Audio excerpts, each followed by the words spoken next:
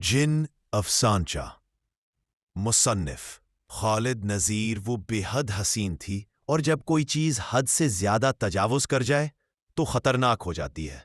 जब भी कोई उसे मिलता और देखता तो उसके हुस्न की तारीफ़ किए बगैर ना रह सकता, और जो लोग ज़बान से तारीफ़ ना करते उनकी आंखें बहुत कुछ कह जाती। बचपन में जब उसकी माँ किसी शादी पर जाने के लिए तैयार हो रही होती तो वो भी जिद करने लगती कि मुझे भी तैयार होना है।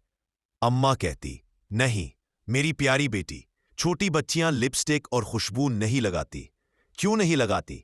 वो मन वसूरते हुए बोली, ऐसी लड़कियां जिनकी अभी शादी ना हुई हो और वो हार सिंगार करे या खुशबू लगाए तो उनको जिन चिमट जाते हैं। अम्मा ने प्यार से उसके गालों पर चुटकी लेते हुए कहा।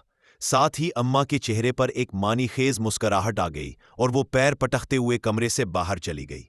वो अक्सर सोचती कि दादी अम्मा मुझे छत पर अकेले जाने से क्यों मना करती है, और साथ ही शहजादी की वो कहानी भी क्यों सुनाती है जो छत पर बाल खोले कंघी कर रही थी कि अचानक वहां से एक जिन का गुजर हुआ और वो शहजादी को उठाकर ले गया। वो उस कहानी को हैरत और तजस्सुस की मिली जुली कैफियत में सुनती रहती और जिन के चिमट जाने के खौफ से डरती भी रहती। जब वो जवान हुई तो कयामत खेज जवानी ने मोहल्ले भर में तहलका मचा दिया। स्कूल और कॉलेज की तालीम मुकम्मल करके यूनिवर्सिटी पहुंची तो तारीफ और लोगों की उसकी तरफ उठी तहसीनी नज़रों से चढ़ खाने लगी। मुताले के शौक ने उसे हसास बना दिया था। लाइब्रेरी में वो किसी किताब के मुताले में गर्क थी। उसे पता भी ना चला कि नवीद न जाने कहाँ से घूमता हुआ उसे तलाश करता हुआ वहां पहुंच गया।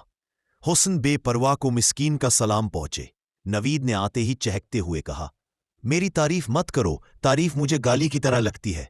जमीला ने किसी कदर झंझलाते हुए कहा। ऐसा लग रहा था जैसे वो अपने आप से भी तंग आ चुकी हो। नवीद ने हंसते हुए पूछा, वो किस तरह?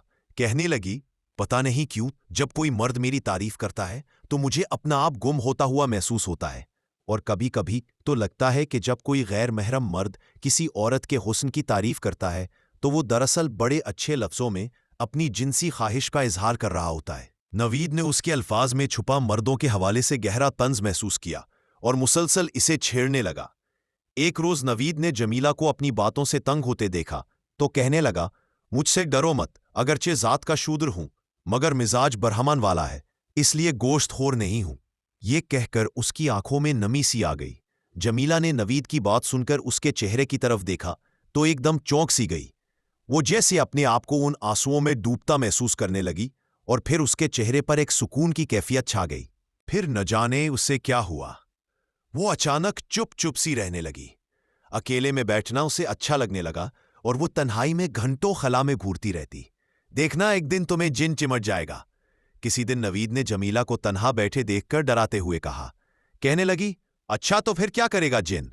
नवीद ने कहा, सुना है जब किसी लड़की को जिन के चिमटता है तो वो उसकी जान और रूह पर कब्जा कर लेता है, और फिर वो लड़की अपनी नहीं बल्कि जिन की आवाज में बोलना शुरू कर देती है। नवीद बोलता गया और वो खामोशी से सुनती रही। जब नवीद चुप हुआ तो जमीला ने उसे माने खेज नजरों से घूरना शुरू कर दिया। नवीद ने घबरा कर पूछा, क्या देख रही हो? जमीला ने धीरे से जवाब दिया, जिन।